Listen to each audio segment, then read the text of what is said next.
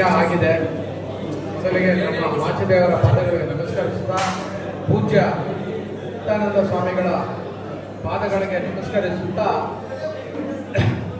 ಈ ದಿನ ನಾನು ಮುಳಬಾಗಿಲಲ್ಲಿ ಏನು ನಿಗಮದ ಅಧ್ಯಕ್ಷನಾಗಿದ್ದಕ್ಕೆ ಅಭಿನಂದನಾ ಕಾರ್ಯಕ್ರಮ ಇವೆಲ್ಲ ಸೇರಿ ನನಗೆ ಒಂದು ಅಭಿನಂದನೆ ಮಾಡ್ತಾ ಇದ್ದೀರಾ. ನಿಮ್ಮೆಲ್ಲರಿಗೂ ನಾನು ಸಾಷ್ಟಾಂಗ ನಮಸ್ಕಾರಗಳನ್ನ ತಿಳಿಸ್ತಾ ಇದ್ದೀನಿ. ಯಾಕೆಂತಂದ್ರೆ ಮೊದಲ ಬಾರಿಗೆ ಅಭಿನಂದನಾ ಕಾರ್ಯಕ್ರಮ ಇಲ್ಲಿಂದ ಸ್ಟಾರ್ಟ್ ಆಗಿದೆ. ನಾನು ಇಡೀ ರಾಜ್ಯ ಸುತ್ತೀನಿ, ಇಡೀ 30 ಜಿಲ್ಲೆಗಳಿಗೂ ಭೇಟಿ ಕೊಡ್ತೀನಿ. ಕಟ್ಟ ಕಡೆ ಮಡಿವಾಳರು ಏನಿದ್ದಾರೆ ಅವರಿಗೆ ಏನು ಸವಲತ್ತುಗಳು ನಮ್ಮ ನಿಗಮದಿಂದ ಸಿಗಬೇಕಾಗಿರುವಂತಹ ಸವಲತ್ತುಗಳು ಸಿಗಕ್ಕೆ ನಾನು ಪ್ರಾಮಾಣಿಕ ಪ್ರಯತ್ನ ಮಾಡ್ತೀನಿ. ಹಿಂದೆ ಏನಾಗಿದೆ ನನಗೆ ಗೊತ್ತಿಲ್ಲ, ಮುಂದೆ ಅಂತೂ ನಾನು ನಿಗಮ ಅಧ್ಯಕ್ಷನಾಗಿರೋವರೆಗೂ ಕಟ್ಟ ಕಡೆ ಮಡಿವಾಳರಿಗೆ ನಮ್ಮ ನಿಗಮದಿಂದ ಸಿಗುವಂತ ಸೌಲಭ್ಯಗಳನ್ನ ಸಿಗೋದಕ್ಕೆ ಪ್ರಾಮಾಣಿಕ ಪ್ರಯತ್ನ ಮಾಡ್ತೀನಿ. ಯಾವುದಾದ್ರೂ ಸಣ್ಣ ಪಟ್ಟ ಇದ್ರೆ ನನ್ನ ಹತ್ರ ನಾನು ನೇರವಾಗಿ ನಮ್ಮ ನಿಗಮದಲ್ಲಿ ಇರ್ತೀನಿ, ನಮ್ಗೆ ತಿಳಿಸಿ. ಏನಾಗಿರುತ್ತೆ ಅಂತಂದ್ರೆ ಇದು ಆನ್ಲೈನ್ ಎಲ್ಲ ಅಪ್ಲಿಕೇಶನ್ ಆನ್ಲೈನ್ ಮಾಡಿಬಿಟ್ಟಿದ್ದಾರೆ. ಆನ್ಲೈನ್ ಆಗೋದೇ ಇಲ್ಲ, ಕೆಲವರಿಗೆ ತಪ್ಪಾಗಿರುತ್ತವೆ ಅಂತ ಅರ್ಜಿಗಳು ಕೊಡಿ. ಏನಾಗಿದೆ, ಈ ಹೋದ ವರ್ಷ ಎಲ್ಲ ಕಡಿಮೆ ಕೊಟ್ಟಿದ್ರು. ಈ ವರ್ಷ ಪ್ರತಿ ತಾಲೂಕಿಗೆ 4 ಜನ ನೇರ ಸಾಲ ಅಂದ್ರೆ 1 ಲಕ್ಷ ರೂಪಾಯಿ 20,000 ಸಬ್ಸಿಡಿ ಕೊಡ್ತಾ ಇದ್ದಾರೆ. ಒಂದೊಂದು ತಾಲೂಕಿಗೆ 4, ಒಂದು ಗಂಗಾ ಕಲ್ಯಾಣ. ಈಗ ಜಿಲ್ಲೆಲೆಲ್ಲ ಸೇರಿಸಿ 2 ಏನೋ ಕೊಟ್ಟಿದ್ರು. ಈಗ ಈ ಸರಿ 6 ತಾಲೂಕಿಗೂ 6 ಕೊಡ್ಬೇಕು ಅಂತ ಹೇಳಿದಿರಿ, 6 ಕೊಡ್ತಾರೆ. ಅದು ನಿಮ್ಗೆ ಪಟ್ಟಿ ನಾನು ಯಾವ ತಾಲೂಕಿಗೆ ಯಾವುದೇನಾಗಿದೆ ಅಂತ ಇನ್ನೊಂದು 5 ದಿವಸದಲ್ಲಿ ನಿಮ್ಗೆ ಹೇಳ್ತೀನಿ. ಹಿಂದೆ ಯಾರು ತಗೊಂಡಿದ್ದಾರೋ ಅವರೆಲ್ಲರೂ ಹಣ ಏನಾಗಿದೆ ಅಂತಂದ್ರೆ ನಿಗಮದಲ್ಲಿ ದುಡ್ಡು ತಗೊಂಡ್ರೆ ಕಟ್ಟಷ್ಟಿಲ್ಲ ಅನ್ನೋ ಮನೋಭಾವ ಬಿಡ್ಬೇಕು. ನಾವು ನಿಗಮದಲ್ಲಿ ತಗೊಂಡಿದ್ದ ಹಣನ ನಾವು ಕಟ್ಟಿದ್ದೇವೆ ನೋಡ್ರಿ. ಹೋದ್ ಸರಿ ಕಟ್ಟಿದ್ರೆ ಈಗ ಹೋದ್ ಸರಿ ಒಂದು ಟೋಟಲ್ ಆಗಿ ಎಲ್ಲ ಒಂದು 5 ಕೋಟಿ ಕೊಟ್ಟಿದ್ದಾರೆ ಅಂತ ಇಟ್ಕೊಳ್ಳಿ. ಅದರಲ್ಲಿ ಒಂದು 50% ರಿಕವರಿ ಆದ್ರೆ ಅದ್ರ ಡಬಲ್ ಕೊಡ್ತಾರೆ. ಇದು ನಿಗಮದ ಏನು ಅಲ್ಲಿ ಇರೋದು ನಿಯಮಗಳು.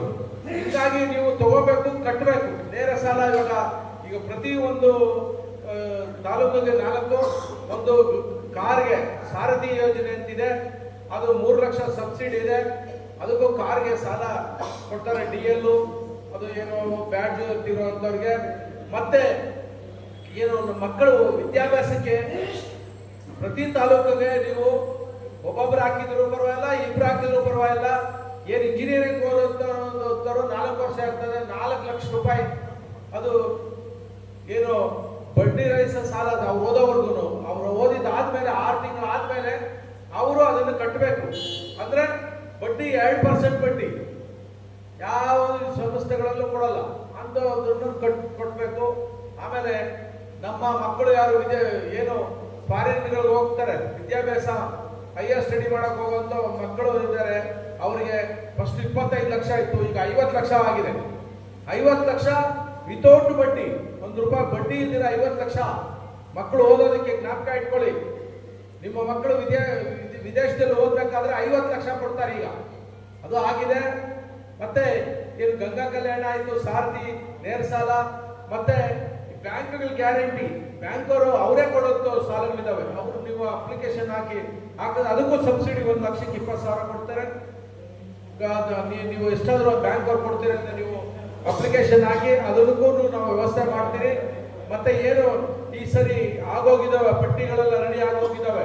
ಅದು ನಾನೆಲ್ಲ ಯಾವ ತಾಲೂಕು ನನ್ಗೆ ಇಡೀ ರಾಜ್ಯದಲ್ಲಿ 100ಕ್ಕೆ ಅಟ್ಲೀಸ್ಟ್ 90% ಎಲ್ಲ ತಾಲೂಕುಗಳಲ್ಲಿ ಬಡವರು ಎಲ್ಲೆಲ್ಲಿದ್ದಾರೆ ಎಲ್ಲ ಗೊತ್ತಿದೆ ನನಗೆ.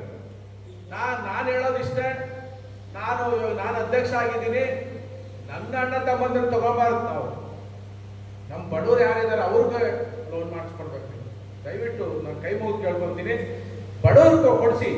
ನೆಕ್ಸ್ಟ್ ನೀವು ತಗೊಳ್ಳಿ, ಇನ್ನೊಬ್ರಿಗೆ ಕೊಡಿಸಿ. ಇದು ಬಡವರಿಗೆ ಕೊಡಿಸಿದ್ರೆ ನಮಗೆ ನಾವು ಹೇಳಿದ್ದು ಏನು ಇವರು ಅವರು ಅಧ್ಯಕ್ಷರಾಗಿದ್ದಾರೆ, ಅವ್ರು ಬೇಕಾದವ್ರು ಕೊಡಿಸೋದು ಅದೆಲ್ಲ ಮಾಡಬಾರ್ದು. ನನಗೆ ಇಷ್ಟೋದು ಇಲ್ಲ. ತಾಲೂಕು ಅಧ್ಯಕ್ಷ ಇರ್ತಾರೆ, ಅವರ ಅಧ್ಯಕ್ಷ ತಮ್ಮನ್ನು ಕೊಡಿಸೋದು ಇವೆಲ್ಲ ಮಾಡಬೇಡಿ. ನಮ್ಮ ಕಟ್ಟ ಕಡೆ ಮಡಿವಾಳನ್ನು ಕೊಡಿಸಿ. ನಾನು ನೆಕ್ಸ್ಟ್ ವರ್ಷ ಆಕ್ಷನ್ ಪ್ಲಾನ್ ಚೇಂಜ್ ಮಾಡಿಸ್ತೀನಿ. ಏನು ನಮಗೆ ಉತ್ತರ ಕರ್ನಾಟಕದಲ್ಲಿ ನೀವು 1 ಲಕ್ಷ ಅಂತ 1 ಲಕ್ಷಕ್ಕೆ 2 ಕೊಟ್ರೆ ಅಲ್ಲಿ 5 ಅಂಗಡಿ ಇಟ್ಕೊಂಡು ಜೀವನ ಮಾಡ್ತಾರೆ. ಅಲ್ಲಿ ನೀವು ನಂಬ್ತೀರ ಬಿಡ್ತಾರಲ್ಲ, ಕಳೆದ ನನ್ನ ಹುಟ್ಟಿದಬ್ಬಕ್ಕೆ ಅಲ್ಲಿ ಒಂದು 250 ಜನಕ್ಕೆ ಐರನ್ ಬಾಕ್ಸ್ ಕೊಟ್ಟೆ. ಅವ್ರು ಹೇಳಿದ್ರು 25-35 ವರ್ಷದಿಂದ ಯಾರು ಒಂದು ಐರನ್ ಬಾಕ್ಸ್ ಕೊಟ್ಟಿಲ್ಲ ನಮಗೆ. ಆ ಪರಿಸ್ಥಿತಿಯಲ್ಲಿ ಇದ್ದೀರಿ, ಅದು ಕಣ್ಣು ಕಟ್ಕೊಂಡು ಹೋಗ್ತಾರೆ. ಲೆಕ್ಕ ಹಾಕೊಳ್ಳಿ, 2,000 ಒಂದು ಐರನ್ ಬಾಕ್ಸ್ ಒಂದು ಇಟ್ಕೊಳ್ಳಿ, ಅದನ್ನೇ ಸಿಕ್ಕಲ್ಲ ಅಂತಂದ್ರೆ ಯಾವ ರೀತಿ ಇದ್ದಾರೆ ನಮ್ಮವರು. ಅದಕ್ಕೆ ನಾನು ನೆಕ್ಸ್ಟ್ ಆಕ್ಷನ್ ಪ್ಲಾನ್ ಚೇಂಜ್ ಮಾಡ್ತೀನಿ. ಮಕ್ಕಳು ವಿದ್ಯಾಭ್ಯಾಸಕ್ಕೆ ಜಾಸ್ತಿ ಪ್ರೋತ್ಸಾಹ ಕೊಡೋದಕ್ಕೆ ಪ್ಲಾನ್ ಮಾಡಬೇಕು ಅಂತ ನನ್ನ ಆಸೆ ಇದೆ. ಯಾಕೆಂದ್ರೆ ನಮ್ಮ SC ಹೋರಾಟ ಹೊಂದಿದ್ರೆ ನಮ್ಮ ಮಕ್ಕಳು ವಿದ್ಯಾಭ್ಯಾಸ ಒತ್ತು ಕೊಟ್ರೆ ಅವರು ಮೇಲೆ ಚೆನ್ನಾಗಿ ವಿದ್ಯಾಭ್ಯಾಸ ಮಾಡಿ ಮೇಲ್ ಬಂದ್ರೆ ನಮ್ಮ ಸಮಾಜ ಆರ್ಥಿಕವಾಗಿ ಮೇಲ್ ಬರ್ತದೆ ಅನ್ನೋದು ಒಂದೇ ಆಸೆ. ಏನು ರಾಜಗೋಪಾಲ್ ಅವರು ಹೇಳಿದಂಗೆ ಆಂಧ್ರ ಮತ್ತು ತೆಲಂಗಾಣದಲ್ಲಿ ಫೈಲ್ಗಳು ಮೂವ್ ಆಗ್ತಾ ಇದ್ದಾವೆ, ಮಹಾರಾಷ್ಟ್ರದಲ್ಲೂ ಮೂವ್ ಆಗ್ತಾ ಇದ್ದಾವೆ. ನನಗೆ ಗೊತ್ತಿದೆ ಅವೆಲ್ಲ. ನಾನು ಇಡೀ ಈ ಏನು ಭಾರತ ದೇಶದ ಎಲ್ಲ ಏನು ನಮ್ಮ ಮಡಿವಾಳರು SC ಇದ್ದರಂಥವೆಲ್ಲ ಸೇರಿಸಿ ಒಂದು ಮೀಟಿಂಗ್ ಮಾಡಿದ್ದಾರೆ. ಆ ಮೀಟಿಂಗ್ ನಾನು ಭಾಗವಹಿಸಿದ್ದೆ. ಅವರು ಏನು ಹೇಳಿದ್ದಾರೆ ಅಂತಂದ್ರೆ, ಈಗ ಕೆಲವು ರಾಜ್ಯಗಳಲ್ಲಿ SC ಇಲ್ಲ. ಯಾರು ಯಾಕಿಲ್ಲ ಅಂತಂದ್ರೆ SCಗಳು ಏನು ಇದ್ದಾರೆ ಮಂತ್ರಿಗಳು, ಯಾವ ಪಕ್ಷ ಅಂತ ಇಲ್ಲ, ಎಲ್ಲ ಪಕ್ಷಗಳಲ್ಲೂ ಅದು ನಮ್ಮನ್ನು ಮಾಡಕ್ಕೆ ಬಿಡ್ತಾ ಇದೆ. ಇದು ಮೂಲ ಕಾರಣ. ಆದರೆ ಯಾವುದೇ ಕಾರಣಕ್ಕೂ ನಮ್ದು ಹಾಗೆ ಆಗುತ್ತೆ ಅನ್ನೋ ಭರವಸೆ ನನಗಿದೆ. ಕೇಂದ್ರ ಸರ್ಕಾರದವರು ಒಂದು ಫೈಲ್ ಕಳಿಸಿದ್ದಾರೆ ನಾನು ಬೆಂಗಳೂರಿಗೆ. ಈ ಮಡಿವಾಳರನ್ನ SC ಸೇರಿಸೋದು ಫೈಲ್ ಬಂದಿದೆ, ಅದನ್ನು ನೀವು ಕಳಿಸಿ ಅಂತ ಫಾರ್ವರ್ಡ್ ಮಾಡಿ ಅಂತ ಕಳಿಸಿದ್ದಾರೆ. ಅದನ್ನು ತಡೆ ಇಟ್ಕೊಂಡಿದ್ದಾರೆ. ಅದಾದರೆ ಈಗ ಏನು ನನಗೆ ಬಂದಿರೋ ಮಾಹಿತಿ ಪ್ರಕಾರ ಸೆಂಟ್ರಲಲ್ಲಿ ನಮ್ಗೆ ಅನೌನ್ಸ್ ಮಾಡೋ ಮೂಮೆಂಟು ಹೆಚ್ಚಿದೆ. ಯಾಕಿದೆ ಅಂತಂದ್ರೆ ಬ್ಯಾಕ್ವರ್ಡ್ ಎಲ್ಲ ಸೆಳೆಯುವಂಥ ಪರಿಸ್ಥಿತಿ ಪಕ್ಷಗಳಿದ್ದಾವೆ. ಅದರಲ್ಲಿ ನಮ್ಮ ಜಾತಿ ಪ್ರಮುಖವಾಗಿ ಎಲ್ಲ ಕಡೆನೂ ಪಾರ್ಟಿಸಿಪೇಟ್ ಮಾಡ್ತಾ ಇದೆ.